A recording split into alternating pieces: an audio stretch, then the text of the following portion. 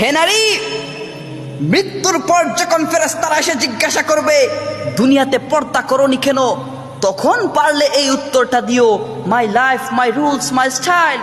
তাই বোন আমার, এখনো সময় আছে, আল্লাহর পথে ফিরে আসো, পর্দা করো।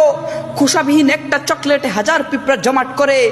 যেই ছেলেটা তোমাকে দেখে মজা নিচ্ছে, তোমার দেহ দেখে তোমার প্রশংসা করছে, সেই ছেলেটাও কিন্তু বিয়ের সময় একজন পর্দাশীল মেয়ে খুঁজে। আল্লাহ আমার সকল বোনদেরকে বুঝার এবং পর্দা করার তৌফিক দান করুক। হে নারী, রাস্তাঘাটে যখন ছেলেরা ওয়াও নাইস বলে সেটা ইফটিজিং, আর ফেসবুক, ইনস্টাগ্রামে, টিকটকে ছবি আপলোড দিলে যখন ছেলেরা ওয়াও নাইস কমেন্ট করে, তখন তার রিপ্লাই তুমি দাও, থ্যাংক ইউ ভাইয়া, বাহ কি অসাধারণ, তাই না? দেখুন, আমি ইফটিজিং এর পক্ষে কথা বলছি না, আমি শুধু আমার দিনদার বোনদেরকে সতর্ক করার চেষ্টা করছি। নিশ্চয়ই আমার দিনদার জ্ঞানী বোনেরা বুঝার চেষ্টা করবে ইনশাআল্লাহ। হে নারী, রাসূলে পাক সাল্লাল্লাহু আলাইহি সাল্লাম বলেছেন, আমি জাহান্নামের মহিলাদের অনেক আযাবে ভুগতে দেখেছি। তার মধ্যে একজনকে চুলের সাথে উল্টো করে বেঁধে রাখা হয়েছে, যার মাথার মগজ খুলে খুলে পড়ছে। তার পাপ ছিল সে পরপুরুষের সামনে মাথার চুল ঢেকে রাখত না।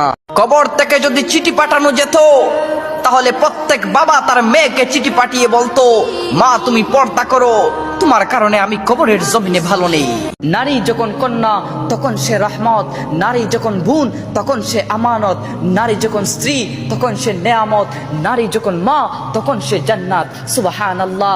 অথচ কত কপাল পুরা আছে নিজের জন্মদাতা মায়ের সাথে উচ্চ কণ্ঠে কথা বলে। আমার সোনার বাংলায় পত্রিকা খুললে দেখা যায় ছেলে মাকে মারছে, ছেলে বাবাকে মারছে, মেয়ে মাকে মারছে। হায় আফসোস, কোন দেশে বসবাস করি।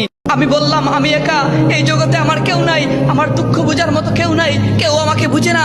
তখন আমার আল্লাহ সূরা কাফের 16 নং আয়াতের মধ্যে ডাক দিয়া বলেন, আরে বুকা, আমি তোমার গলার ধমনী থেকে অধিক নিকটবর্তী।